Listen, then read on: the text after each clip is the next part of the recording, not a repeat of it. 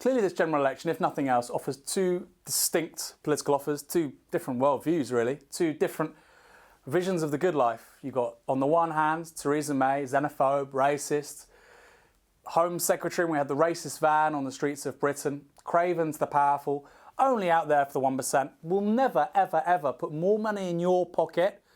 She's out there for the millionaires, not for the millions. On the other hand, Jeremy Corbyn, socialist, committed to bringing energy, rail, back into public ownership, cheaper public services, better housing. You want to get on the mortgage ladder? This guy's for you. You want better pay at work? This guy's for you. You want better NHS services, shorter waiting lists? This guy's for you. So two very distinct offers, okay? And by the way, with May, I get why other people vote for her, because if you aren't the 1%, she also appeals to the most base instincts of human nature. And then there are the other guys. You might remember them, the Liberal Democrats. That's right. They used to have lots of MPs, not so much anymore. The Liberal Democrats, the Progressives, the Radical Centre, the 48%, the party of Remain. Well, you've probably seen their leader on TV screens the last few days, Tim Farron. Who hasn't heard of Tim Farron? You know, the guy who thinks that all homosexuality is sin and that gay people are like fishes and frogs and that they might be cured by some treatment. Well, put Tim to one side too, because he's an idiot. He'll be in the dustbin of history soon enough, and general elections are bigger than just one person. Okay, fine. So we won't judge the Lib Dems by the leader. Let's judge them on, I don't know, the 5 years they had in government between 2010 and 2015. You know, when they propped up the Tories and implemented austerity? That's why they're so keen to talk about the EU and Article 50 after all, is because they've got nothing to say on anything else. So I'm going to outline some key areas where they were absolutely degenerate in government not that long ago. Number one, they tripled tuition fees, okay? Previous to the 2010 general election, they said they would eliminate tuition fees. You wouldn't have to pay to go to university, they said. And then they go into government and they increase tuition fees, not by 10%, not by 20%, or 30%, 300%. 300%, unforgivable, unforgivable. Number two, they cut taxes for the very wealthiest in society and for hedge funds. So not only did they not want you to get on, to be better educated, you can earn more money, get a better job, they're also wanting to make life easier for the very wealthiest in society. Number three, guess what? Kind of links in with that, they increased VAT. They increased VAT, and this is the tax that whether you earn £5 an hour, or nothing in fact, or whether you earn £1,005,000 an hour, you pay the same rate of VAT.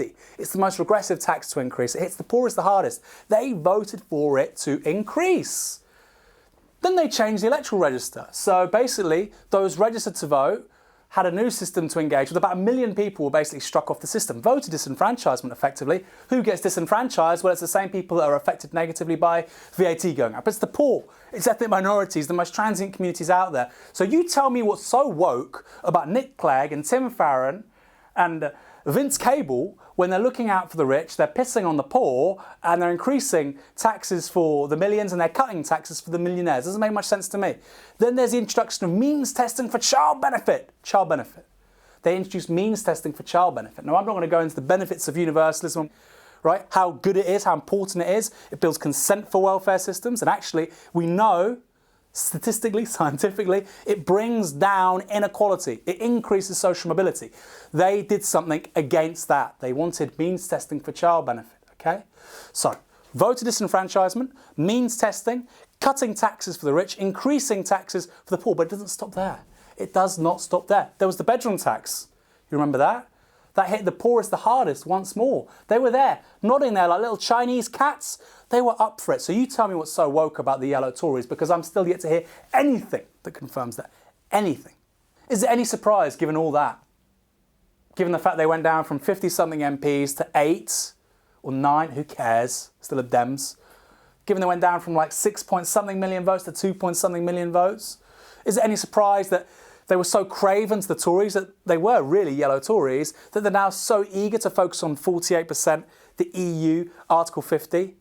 No, it's totally unsurprising. I would expect it from people who have nothing else to offer you when it comes to getting on the housing ladder, when it comes to your expensive rent, when it comes to energy bills being too high, when it comes to childcare for your kid, when it comes to university qualifications being too much, when it comes to you not having enough money in your back pocket at the end of the week.